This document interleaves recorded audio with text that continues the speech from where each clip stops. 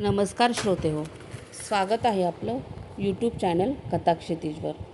तर आजची आपली कथा आहे शंकर पाटील यांच्या भेटीगाठी या पुस्तकातील शेर.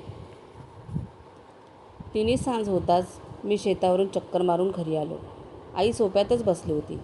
मी आल्याबरोबर ती म्हणाली, हातपाय धुवू आणि जरा डबऱ्यातल्या काकीकडे जाऊन ये. का? मगापासनं दोनदा बोलवायला लावून दिले. मग शंका आली. काकीचा डिगा तापानं पडला होता. मी आईला विचारलं, का पोराला जास्त आहे का? दुपारी जाळानं भाजत होतं पोर. कपडे न काढताच मग हातपाय धुतले आणि जरा जाऊन येतो तर असं सांगून बाहेर पडलो. आमच्या या काकीचं घर जरा रस्ता सोडून खालच्या खोलगट भागात आहे, म्हणून आम्ही तिला डबऱ्यातली काकी असं म्हणतो. हळूहळू सगळेच लोक तिला या नावानं ओळखू लागले. पावसाळ्यात पाणी दारात येतं, दलदल होते. उन्हाळ्यातून अनेकदा लांबडी पायात येतात. पण काका दुसरं घर बांधणार नाहीत. तसं म्हणालं तर ते गरीब नाहीत. काकानं चांगलं गठलं करून ठेवलं आहे. कुटुंबही लहानच. काका आणि काकी, एकुलते एक पोरगं डिगा आहे आता 14-15 वर्षाचा. पोरगं तसं नशीबवान आहे. एकट्यानं मरुस्तर बसून खुशाल खावं. एवढ्यात पाय ठेचायला म्हणून टॉर्च लावला. काकीचं घर आलं होतं. मी रस्ता बेतानं उतरू लागलो. अंधारात काकीच्या घरी जाताना हे वाटेत आडवे-तिडवे पडलेले दगड कधी पाय ओढतात, म्हणून नीट खाली बघून पाय ठेवावा लागतो. पण ही काळजी आमच्यासारख्यांनाच घ्यावी लागते. काका कधीही कंदील हातात घेणार नाहीत. घराच्या तोंडालाच गोठा लागतो. 2 म्हशी आणि 1-2 रेडे दावणीला असायचेच. घरात दुभतं कधी तुटत नाही. एक उडाली की दुसरी दूध देऊ लागते. दुभत्याला काका कधीही हायगाई करत नाही. 2 वेळा 1-1 तांब्या दूध ते स्वतः घेतात. जोकून मापून खाणं त्यांना माहीत नाही. आमच्यासारख्या शहरी माणसाची या खाण्यावरून ते नेहमी थट्टा करतात. उंबऱ्याजवळ आल्यावर पुन्हा टॉर्च लावला. एका हाताने विजार वर धरली, कारण काकीच्या या उंबऱ्याजवळ गोठ्यातल्या शेणामुत्याची गटारे नेहमी वाहत असतात. उंबऱ्याच्या आतल्या बाजूला त्याचं एक डबकं तयार झालं होतं. प्रकाशाच्या झोतात डास आणि घुंगरट्याचे थवे घोंगावत फिरताना दिसले आणि साठलेल्या शेणमुताचा एक प्रकारचा उग्र वास नाकात वस्कन शिरला. भरल्या पोटी हा वास आला तर माणसाला ओकारी यावी असा. एक लांब ढेंग टाकून मी मधल्या चौकात आलो. समोरच्या या सोप्यातच डिगा पडून होता. एक जाड जिनं अंतरलं होतं आणि अंगावर एक मळकी पासोरी पांघरून डिगा त्यावर डोळे झाकून गुंगीत पडला होता. मी पायऱ्या चढून सोप्यात आलो. माझ्या पायाच्या आवाजानं चुलीपुढे बसलेली काकी आतूनच म्हणाली, कोण हाय? मी बाळासाहेब.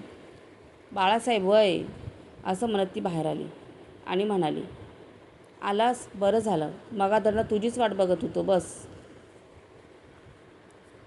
डिगा पडला होता त्याच जिनावर मी बसलो. तापानं पोराचं तोंड आकसलं होतं. डोळे आत ओढले गेले होते. ताप आजमावण्यासाठी त्याच्या कपाळाला तळहात लावून पाहिला. ताप काही जास्त नव्हता. शिवाय धीर द्यावा म्हणून मी काकीला म्हणालो, तसा काही जास्त ताप नाही. पण काकी सांगू लागली, नाही बाळासाहेब, आता जरा निवलाय ताप, नाहीतर तो खाईमच अंगात आहे. दुपारी तर नुसतं अंग रसक होतंय. आज 4-5 दिवस झालं अंगातला ताप काही जाईना. त्यात आज शिरपा पंडितांनी सांगितलं की पोर कोल्हापूरला नेलं पाहिजे. ताप काय साधा नवं. तवा आता कसं करायचं बाळासाहेब? यो विचार करा पाहिजेच मी तुला बोलवलं, असं म्हणून काकी माझ्या तोंडाकडे बघत राहिली. मी विचारलं, श्रीपा पंडित म्हणतोय तरी काय? तो म्हणतोय यो ताप काय असा तसा नवं, मुदतीचा ताप आहे. मग काकी, डिगाला कोल्हापूरला नेलेलं बरं. काकी थोडी चिंतातूर झाली. डिगाच्या अंगावरची पासोडी सारखी करून ती म्हणाली, बाळासाहेब, माझं बी तेच मत आहे. पर हे आता ह्यासनी कसं सांगायचं? पुतण्याचं एखाद्या आलेलं ऐकतील तेव्हा तू तर त्यासनी सांगून बघशील. काकी, यात सांगून बघायचं काय? स्वतःच्या पोराची काळजी घ्यायला दुसऱ्याकडनं शिकायचं असतं वय.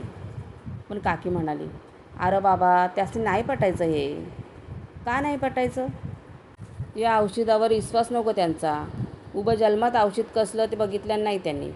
मग सांग, त्यासनी कसं पटायचं हे? एवढ्याच चौकात दण आवाज झाला. काका गवताचा एक जंगी भारा घेऊन रानातनं आले होते. पुढंच झाडत मला म्हणाले, काय बाळासाहेब, आज कुणीकडं दिस उगावला? मी म्हटलं, का?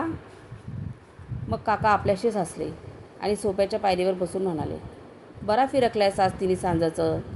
कधी येत नाही का काय काका? कवा येतोस? तू आता शिकला सवरलास, आपल्याच नादात गर्क असतोस. आम्हा आड्यानाबरोबर काय बोलणार का तू? आमचं हे असं बोलणं चाललं असताना काकीनं पाण्याचा तांब्या आणून दिला. त्या पायरीवरनं उभं राहूनच 5-5 2 चुळा भरल्या. पाणी तोंडात खुळखुळलंसुद्धा नाही आणि मग राहिलेलं पाणी भाडकाने पायांवर ओतून दिलं. टाचा तशाच वळल्या राहिल्या, पण तिकडं त्याचं लक्ष नव्हतं. असली काळजी ते कधीच घेत नाहीत. धोत्र्याच्या सोग्यानं तोंड पुसून झाल्यावर मिशा सारख्या करत काका म्हणाले, आता केव्हा जाणार कोल्हापूरला? जायचा टाईम आला असेल की आता? होय, आता जायचं आहे की 4 दिवसात. बरं बाबा, शिक. चांगलं नाव काढ शिकून शान. असं म्हणून काका टक लावून माझ्याकडे बघत राहिले आणि मग हसून म्हणाले, वयाच्या मानानं शिक्षण दांडगं झालं गड्या तुझं. पर बालासाहेब, बावडी मथुरात पार ढासळली बाबा तुझे. वेदीत असं तर मोहरं कसं व्हायचं तुमचं? मी विषय बदलत म्हणालो, काका आता आमची प्रकृती अशीच, पण ह्या डिग्याला काय औषधोपचार करता की नाही? त्याच्या अंगाला हात लावून जरा ताप तरी बघा. काका पायरीवरून न हलताच म्हणाले, कशाचा ताप? वारा फिरताय तेव्हा अंग ऊन झालं आहे त्याचं. त्यात काय बघायचं आहे? अहो मग त्यावर काय उपाय करायला नको का? काका हसून म्हणाले, अरे शीन जायचा ताप येऊ, त्यावर कसला औषध घेऊन बसलायस? खरं सांगू, हे असं पडून राहिलं की आजार वाढतोय बघ. अरे खोकला, पडसं, ताप हे अंगावरच काढायचं रोग. चांगलं 2 डाव म्हणताना 4 डाव कतरून जेवलं की ताप बीप सगळं पळतात आपल्या गावाला. काकाचं हे डॉक्टरी ज्ञान ऐकून मी थक्क झालो होतो. आता पुढं बोलायची काही सोयच राहिली नव्हती. तरी पण त्यांना समजून सांगितलं पाहिजे असं वाटलं. मी म्हणालो, काका हा साधा ताप नाही, मुदतीचा ताप आहे हा. तुम्ही थट्टेवारी नेऊ नका. अरे ह्यात थट्टा कसली? विचार की तुझ्या काकीला, म्या का औषध खाल्ल्या का? पर आमची बावडी अजून हाय का नाही पोलादवानी? ताप आला तर एक भाकडी चढ खायची, हे माझं औषध. हसू न गं, विचार की काकीला. आता काकीला काय कपाळ विचारू? त्यात खोटं काय होतं? काका 50च्या घरातला माणूस, पण अजून 25ल्या गड्यागत तगडा. एक केस पिकला नाही की कुठं सुरकुती नाही. पेट्ट्याला शेरमापट शेंगा अजून फोडतात. ऊस खायचा तर शेंड्यापासून बुडक्यापर्यंत. गुराळात जाऊन ऊन काकवी प्यायची तर ती तांब्याने. गूळ खायचा तर असा तसा नाही, चांगले आपल्या हाताने वीत घालून. माझ्या जन्मापासून बघतोय, काकानं कधीही अंथरूण धरलेलं मी ऐकलं नाही. कणकण आलीच तर ते अंगावर काढायचे, हा त्यांचा इलाज. अंथरुणावर पडून कधी स्वस्त विश्रांती घेणार नाहीत. हाताने काम होईना झालं तर नुसतं वरावरा फिरत राहील, पण घरात येऊन लवंडणार नाहीत. काकांचा हा खाक्याच निराळा. त्यांच्या ह्या दाणतडक्या शरीरानं न टोचून घेता प्लेगचा उंदीर पचवला आहे.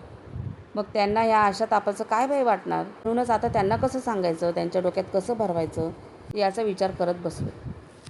एवढ्यात काका पायरीवरून उठले आणि डिगाजवळ येऊन म्हणाले, ए पोरा डिगा, लेका तिन्ही सांजाचं उठून बसायचं का नाही? उठ.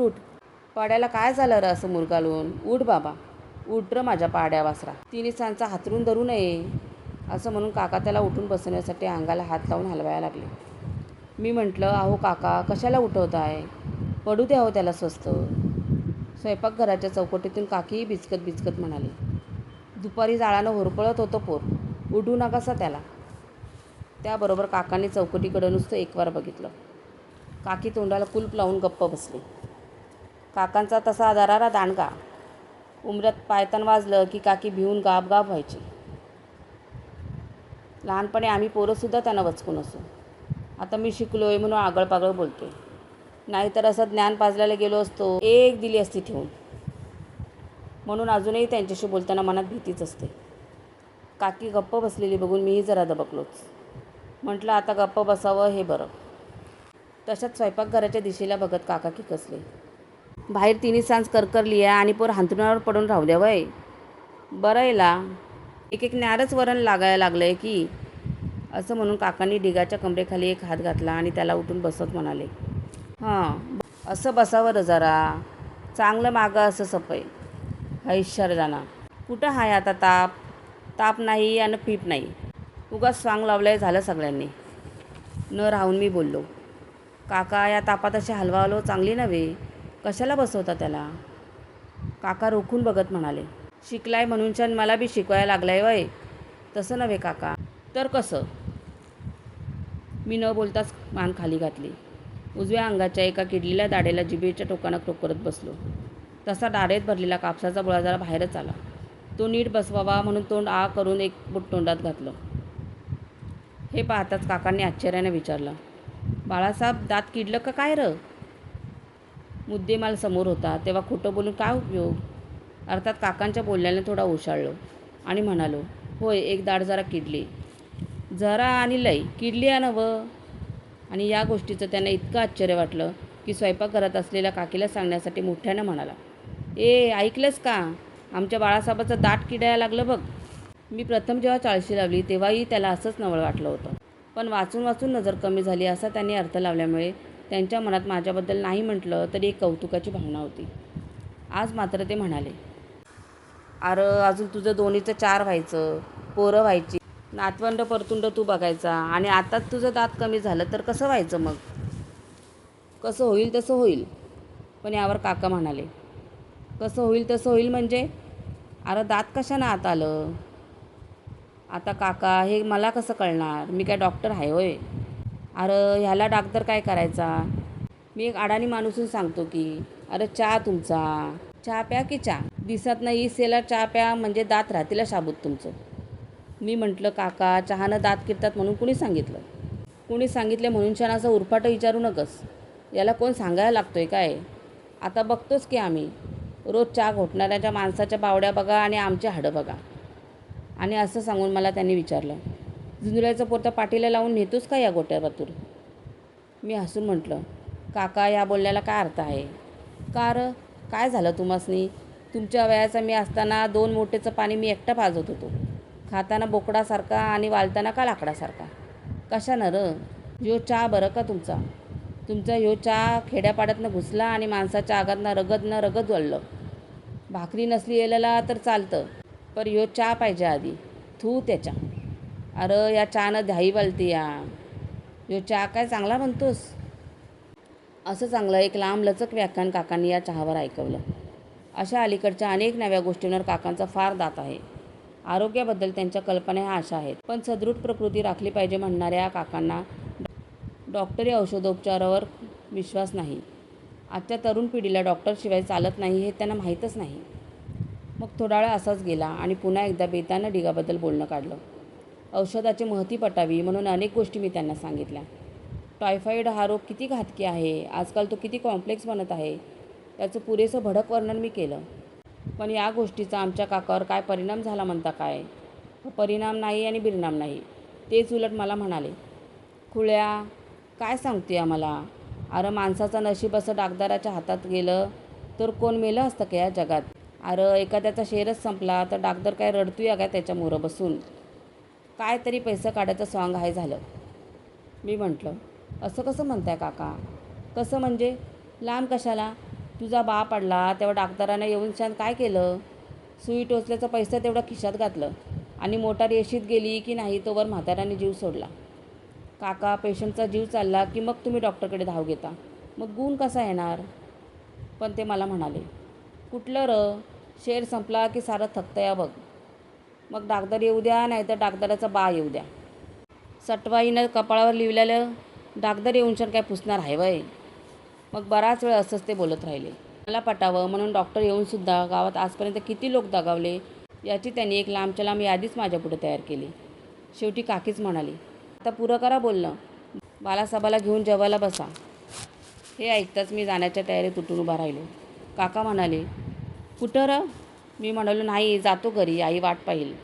आणि मग मनाचा हिया करून म्हणालो, तेव्हा डिगाला कोल्हापूरला नेऊया उद्या काका, ऐका माझं. आता काय तुम्हाला 10-20 पोरं नाहीत. काका म्हणाले, फुलाबहिरूच दिसतोयस. मग मगा धरणं काय ऐकलंस तर. का सगळं पालत्या घागरेवर पाणी आणि चाललंयस कुठं. बस गुमान, हातपाय धुवू आणि जेवायला चल. मी आणखी थोडे आडेवेडे घेतले, पण काका पुढं त्याचा काही उपयोग नव्हता. मी मुकाट्याने हातपाय धुतले तेव्हा काका डिगालाही उठवत म्हणाले, चल र उठ जरा, चूल भर आणि एक घासभर खा चल काहीतरी. मी घाबरून म्हटलं, अहो काका टायफॉईडमध्ये जेवण घेऊ नये, नुसत्या चहा कॉफीवर आणि फळांवर पेशंटला ठेवायला हवं. म्हणजे तो चहा माझ्या बी घरात शिरावा म्हणतो वय. असं म्हणून ते डिगाकडे वळून म्हणाले, सकाळी काय खाल्लंयस का नाही. क्षीण आवाजात डिगा म्हणाला, नुसतं भात खाल्लंय एक घासभर. नुसते भाताने काय लेका काय होतं या. अरे जपलं की जास्तच होते बघ. आता काय खावंसं वाटतंय सांग बघू तुला. डिगा म्हणाला, तोंडाला वावळी आली या जरा. तिखट काहीतरी खावंसं वाटतं या. मग चल तर. असं म्हणून त्याच्या हाताला धरून काका स्वयंपाकघरात आले. काकी म्हणाली, ऊन भाकरी केलेली नाही, डिगा मागानं बसू दे जेवायला. पण काका म्हणाले, राती ऊन भाकरी खायला म्हातारा आहे काय तो? या यायला ऊन भाकरी कोण खात आहे माहीत नाही काय तुला? ज्याला जुंधळं नसतात असं महारमाग कुठनं तरी मागून आणून मग भाकरी करतात. तसं काय कमं पडल्या काय कुणीकडं हां? काकी बिचकत म्हणाली, तसं नवं, अंगात ताप आहे म्हणून म्हटलं. काकीला गप करत ते म्हणाले, लई कौतुक न गं. ताप आल्या म्हणजे काय आणि थ्यार लावल्या म्हणजे काय? त्याच्या तोंडाला वाबली आली या जरा, त्याला चटणी भाकर काहीतरी वाढ त्याला. दाबून खाल्लं म्हणजे कशाला राहतो या ताप? हे ऐकून मी थक्क झालो. काकीही बघतच राहिली. मग काकांनी डिगाला विचारलं, काय र, काय खावंसं वाटते या तुला? तापानं डिगाच्या जिभेची चव गेली होती. जरा झणझणीत खावंसं त्यालाही वाटलं आणि ते पोर म्हणालं, त्याल चटणी भाकरी खातो की. डोळे वटारून काकांनी ती त्याला वाढायला लावली आणि डिगा जेव्हा ती तेल चटणी भाकरी खाऊ लागला तेव्हा मला घास गेलेना झालं. तो माझ्या तोंडातल्या तोंडात फिरू लागला. पुढे फार दिवस गेले नाहीत. एका दुपारी आई काकीकडे जाऊन आली आणि मला म्हणाली, असाच जा आता कोल्हापूरला, पोरगं डोळं पांढरं करायला लागलंय, उठ उठ घाल कोट. मी गडबडीनं उठलं. जरा चूळ भरली आणि कोट घालण्यासाठी माडीवर गेलो. हँगरवरचा कोट काढला, एका हातुप्यात हात घातला आणि दुसरा हात आत घालण्यासाठी असा वर धरला. पण तो तसाच लुलाहून खाली आला. माझे पाय एकदम लटपटले. मी भरकन गॅलरीत गेलो आणि काकीच्या घराच्या दिशेने कान दिला. तोच पाठोपाठ आई म्हणाली, डिगा गेला जणू र बालासाहेब, डिगा गेला. धन्यवाद.